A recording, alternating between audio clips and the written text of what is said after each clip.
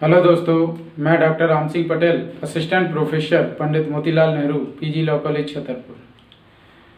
दोस्तों, हम संविधान के निर्माण के संदर्भ में चर्चा कर रहे थे। पिछले वीडियो में हम लोगों ने कैबिनेट मिशन तक चर्चा की थी। कैबिनेट मिशन हमने देखा था कि ब्रिटिश गवर्नमेंट के द्वारा 3 सदस्यीय कैबिनेट मिशन भारत भेजा गया, जिसमें सर पैट्रिक लॉरेंस अध्यक्ष थे। इसके अलावा एवी अलेक्जेंडर और सर स्टेफर्ड क्रिप्स 2 इसके सदस्य थे। कैबिनेट मिशन के 2 प्रकार के प्रस्ताव थे, अल्पकालीन प्रस्ताव और दीर्घकालीन प्रस्ताव। अल्पकालीन प्रस्ताव में यह था कि आप अपनी अंतरिम सरकार का गठन कर लीजिए और वह अंतरिम सरकार अपनी शासन व्यवस्था स्वयं संभाले। दूसरा दीर्घकालीन प्रस्ताव जो था, उस दीर्घकालीन प्रस्ताव के अंतर्गत यह था कि भारतीयों के द्वारा एक संविधान सभा का गठन किया जाए और उस संविधान सभा के द्वारा भारतीयों के लिए एक संविधान का निर्माण किया जाए। यहाँ पर अंतरिम सरकार का गठन कर लिया गया। अब प्रश्न उठता है कि संविधान सभा का गठन कैसे किया जाए। तो संविधान सभा का गठन करने के लिए यहाँ पर जब विचार हुआ तो यह निर्धारित किया गया कि संविधान सभा का एक सदस्य लगभग 10 लाख लोगों को रिप्रेजेंट करेगा, अर्थात लगभग 10 लाख की जनसंख्या पर एक संविधान सभा का सदस्य चुना जाएगा।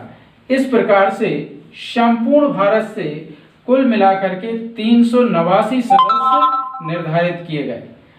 ये 389 जो सदस्य थे, उनमें से 93 सदस्य देशी रियासतों से आने थे, 4 सदस्य चीफ कमिश्नरी क्षेत्रों से आने थे, जिसमें दिल्ली, कुर्ग कर्नाटका है ना, अजमेर मेरवाड़ा और ब्रिटिश बलूचिस्तान।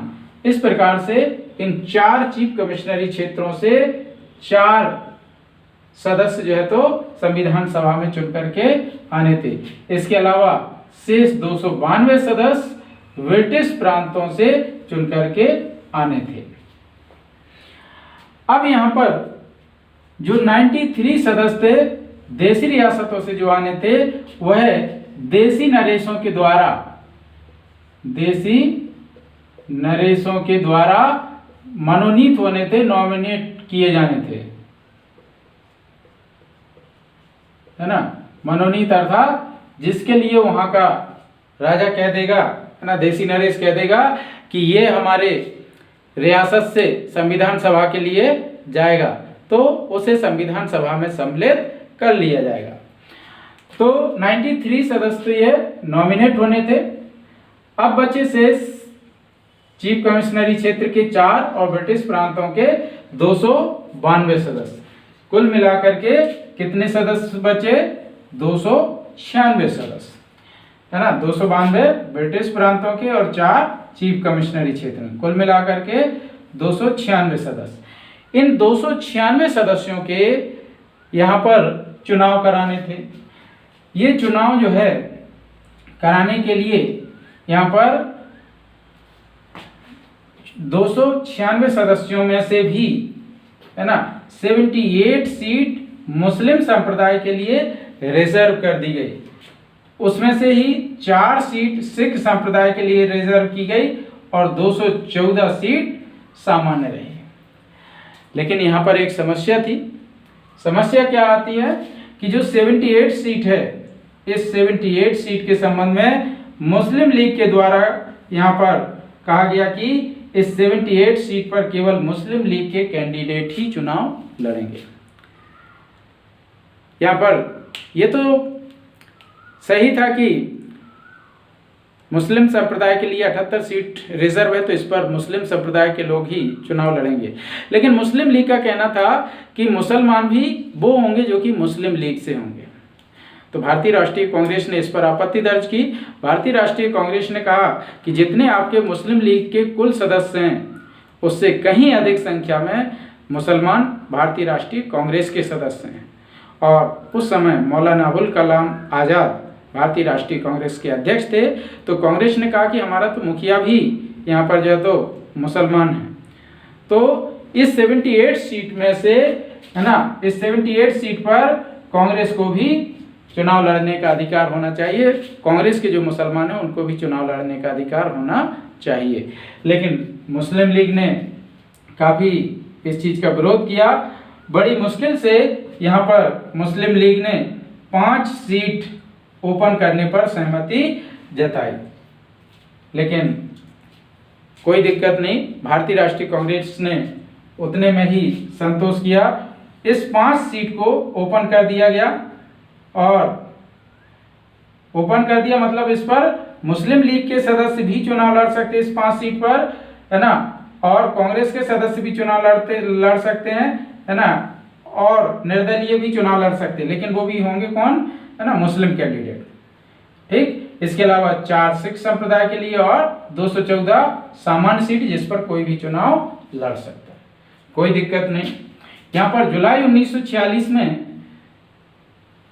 संविधान सभा के चुनाव की उद्घोषणा जारी की जाती है, और जुलाई 1946 में ही चुनाव संपन्न करा लिए जाते हैं, और जुलाई 1946 में ही चुनाव के परिणाम भी आ जाते हैं। चुनाव के जो परिणाम आए वह काफी चौंकाने वाले थे।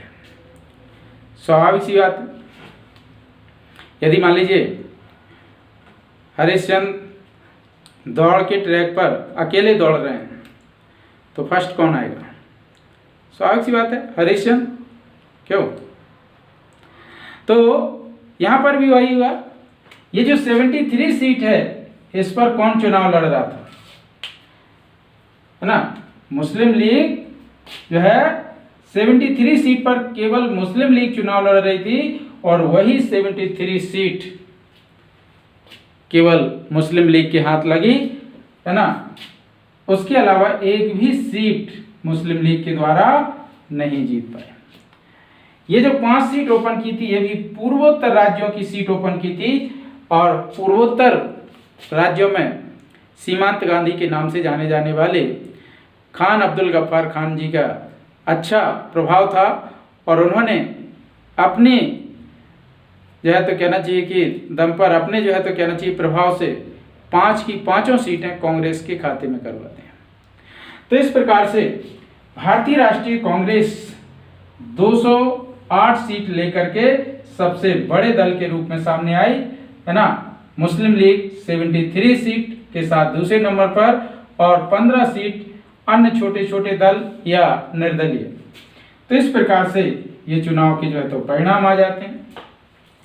चुनाव के जो परिणाम आए इनसे मोहम्मद अली जिन्ना विचलित हो गए, है ना। होता ना कि जब हम अपने छोटे भाई बहनों के साथ कोई गेम खेल रहे हो, चेस वगैरह, और जब हारने लगे तो क्या करते हैं, पूरा तितर बितर कर देते हैं या बोर्ड को ही उछाल देते हैं। तो इसको बुंदेलखंड में क्या कहते हैं, रोंटियाई। तो जिन्ना साहब भी यहाँ पर टोटल रोंटियाई पर उतर आए। जिन्ना साहब यहाँ पर टोटल रोंटियाई पर उतर आए, और उन्होंने 16 अगस्त 1946 को प्रत्यक्ष कार्यवाही दिवस या डायरेक्ट एक्शन डे मनाने का फैसला किया। मोहम्मद अली जिन्ना ने 16 अगस्त 1946 को, है ना, 16 अगस्त 1946 को मोहम्मद अली जिन्ना ने भारत के सभी मुसलमानों से आह्वान किया कि सभी लोग सड़कों पर आ जाएं। काहे के लिए? डांस करने के लिए नहीं, जिसके पास जो हथियार हो लेकर के सड़कों पर आ जाएं और सीधे मारकाट शुरू कर दें। इसका सबसे ज्यादा भयानक परिणाम बंगाल में देखने को मिला, जहां पर 3 दिन तक कत्लेआम चलते रहे। हालांकि पूरे भारत में इसका प्रभाव रहा, लेकिन बंगाल जो है तो इससे सबसे ज़्यादा प्रभावित हुआ। 3 दिन तक ये कत्लेआम चलता रहा। मोहम्मद अली जिन्ना को समझाने का प्रयास किया गया कि आपकी जो भी समस्याएं हैं, जो भी आपकी जो है तो मांग है, वो आप बताइए, हम संविधान सभा के समक्ष उसको प्रमुखता से रखवाएंगे। लेकिन मोहम्मद अली जिन्ना का एक ही कहना था कि अब ये खून खराबा केवल एक ही शर्त पर रुकेगा, और वह है पृथक पाकिस्तान का निर्माण। और मजबूरी में यहाँ पर महात्मा गांधी के द्वारा पृथक पाकिस्तान के लिए मंजूरी दी गई, यहाँ पर जो है तो सहमति दी गई, और यहीं से इसकी प्रक्रिया प्रारंभ हुई। हालांकि मुस्लिम लीग का निर्माण ही पृथक पाकिस्तान के निर्माण के लिए ही हुआ था। प्रारंभ से ही मुस्लिम लीग पाकिस्तान की मांग कर रही थी, मुसलमानों के लिए अलग राज्य की मांग कर रही थी। लेकिन यहाँ पर जब उसकी मांग को मान लिया गया तो और मजबूती के साथ उसने इस मांग को उठाया, और अंततः हम लोग जानते हैं 15 अगस्त 1947 को भारत और पाकिस्तान दो अलग राज्यों का गठन किया गया। खैर, यहाँ पर इस सारे घटनाक्रम को देख करके ब्रिटिश गवर्नमेंट या तो परेशान थी।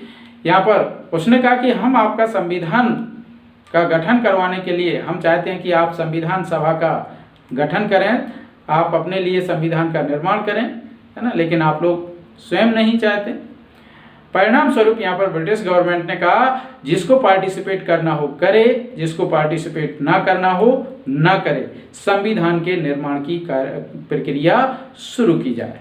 परिणाम स्वरूप यहाँ पर 9 दिसंबर 1946 को संविधान सभा की प्रथम बैठक का आयोजन किया गया। संविधान सभा की प्रथम बैठक 9 दिसंबर 1946 को नई दिल्ली स्थित काउंसिल चैम्बर के पुस्तकालय भवन में आयोजित की गई। इस प्रथम बैठक में संविधान सभा के अस्थायी अध्यक्ष के तौर पर डॉक्टर सच्चिदानंद सिन्हा, जो कि इस सभा में सबसे बुजुर्गवार नेता थे, उन्हें अस्थायी अध्यक्ष के रूप में तब तक के लिए चुना गया जब तक कि स्थायी अध्यक्ष नहीं चुना जाता है। हमने 2 दिन में ही यहाँ पर अपना स्थायी अध्यक्ष भी चुन लिया, अर्थात 11 दिसंबर 1946 को डॉक्टर राजेंद्र प्रसाद को संविधान सभा का स्थायी अध्यक्ष चुन लिया गया। इसी दिन अर्थात 11 दिसंबर 1946 को ही हमने संविधान सभा के संवैधानिक सलाहकार के रूप में डॉक्टर V.N. राव साहब को यहाँ पर संवैधानिक सलाहकार के रूप में नियुक्त किया। इसके पश्चात 13 दिसंबर 1946 को, है ना, 13 दिसंबर 1946 को पंडित जवाहरलाल नेहरू के द्वारा संविधान सभा के समक्ष उद्देश्य प्रस्ताव पेश किए गए, जिसमें उन्होंने बताया कि क्या होगा गांधी के सपनों का भारत। एक संविधान की रूपरेखा को प्रस्तुत करने का प्रयास किया गया।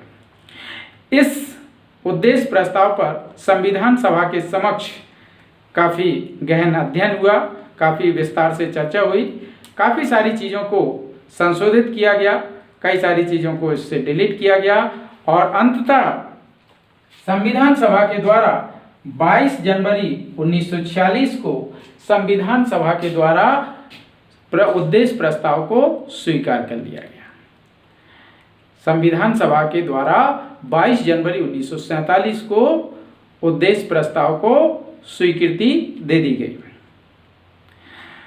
इसके पश्चात संपूर्ण संविधान सभा को 27 समितियों में विभाजित कर दिया गया, है ना, जिससे कि सभी के लिए अलग अलग दायित्व दिया जा सके। तो यहाँ पर संविधान सभा को 27 समितियों में विभाजित कर दिया गया, जिसमें से 10 समितियां प्रक्रियात्मक थीं, है ना, प्रोसीजरल थीं, और 17 समितियां विषयात्मक अर्थात सब्जेक्टिव थीं। तो इस प्रकार से संविधान सभा को 27 समितियों में विभाजित कर दिया गया। तो अगले वीडियो में हम लोग देखेंगे कि संविधान सभा की किस प्रकार से जो है तो कार्रवाई संचालित होती है, किस प्रकार से संविधान का निर्माण होता है। तो आज हमने संविधान के अंतर्गत संविधान सभा के गठन पर चर्चा की। यदि आपको ये वीडियो अच्छा लगा है तो इसके लिए अधिक से अधिक शेयर करें, लाइक करें, और यदि अभी तक आपने इसको सब्सक्राइब नहीं किया है तो इस YouTube चैनल को सब्सक्राइब करें, बेल आइकन को दबाएं, जिससे नए वीडियो के नोटिफिकेशन आप तक पहुंचते रहें। धन्यवाद, नमस्कार।